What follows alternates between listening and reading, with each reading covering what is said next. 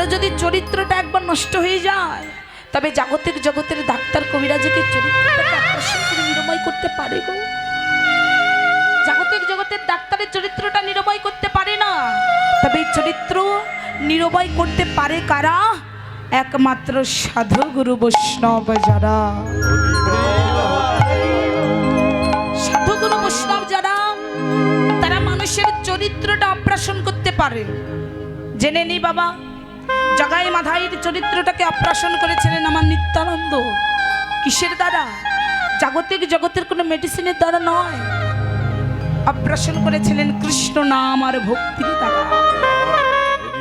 চাপাল গোপালের চরিত্রকে অপারেশন করেছিলেন স্বয়ং শ্রীবাস, যার অঙ্গনায় মহাপ্রভু স্বয়ং নৃত্যগীত করেছিলেন। চাঁদ কাজী থেকে শুরু করে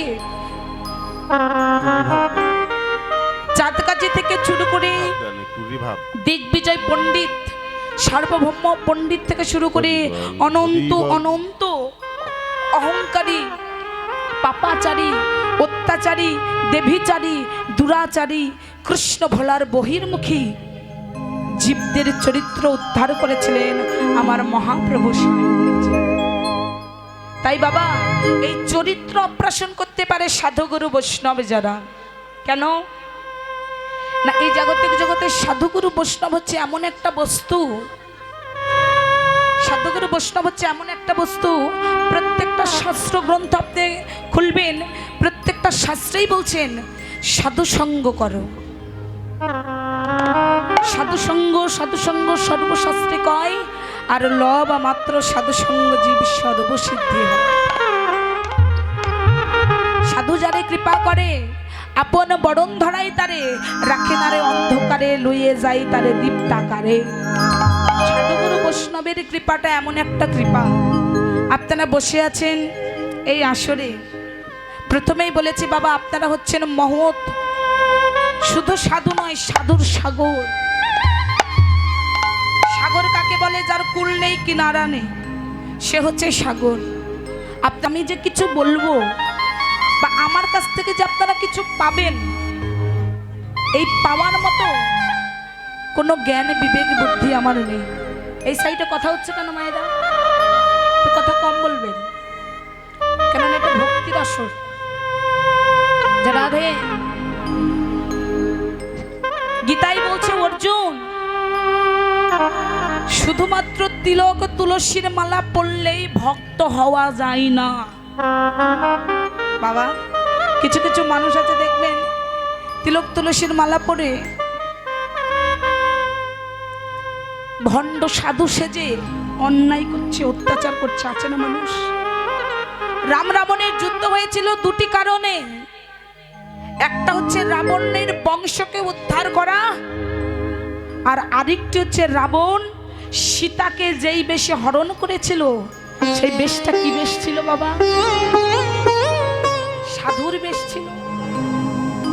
রামচন্দ্র বললেন, রাবণ, জগতে এত বেশ ছিল, তুমি কোনো বেশ ধারণ করতে পারলে না। তুমি আমার সাধুগুরু বৈষ্ণবের মুখে কেন চুন কালি লেপন করলে? কেন জানো?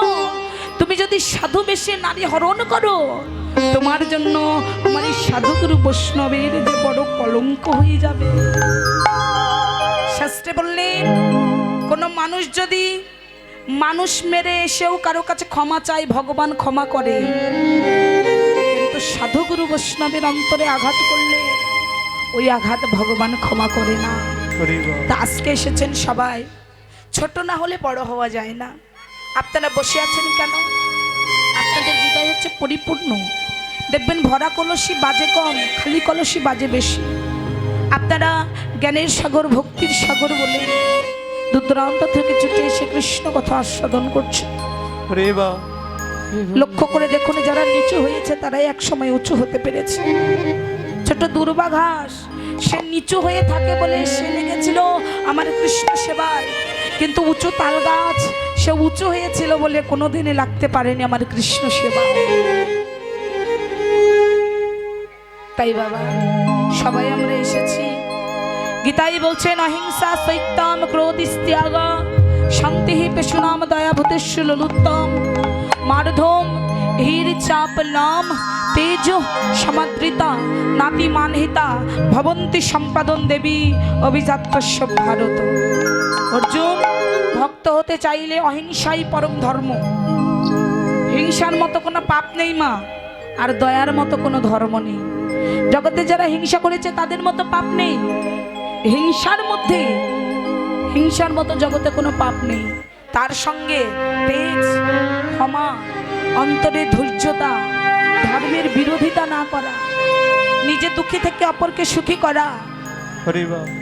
বাবা, সকাম নয় নিষ্কাম কর্ম করা, ইহা হচ্ছে সত্যগুণের সম্পত্তি বা দৈবিক সম্পত্তি বলা হয়। ইহার দ্বারাই জীব আমাতে অর্থাৎ পরমাত্মাতে মিলিত হতে পারে। বাবা, একটা কথা মনে রাখবেন, যতদিন আপনি পরমাত্মার দর্শন না পাবেন, পরমাত্মার কৃপা না পাবেন, ততদিন আপনার আশা দেওয়া লাগতেই থাকবে। যেই পরমাত্মাকে জল দিয়ে ভেজানো যায় না, অগ্নি দিয়ে পোড়ানো যায় না, যে পরমাত্মাকে অস্ত্র দিয়ে আঘাত করা যায় না, সেই হচ্ছে পরমাত্মা, অনাদির আদি প্রাণ গোবিন্দ। তা চলুন আজকে আমরা বিলম্ব না করে আস্বাদন করব। মাঝে মধ্যে বাবা ভক্তের চরণের ধুলি অঙ্গে মাখবো, ভক্ত সঙ্গ করব।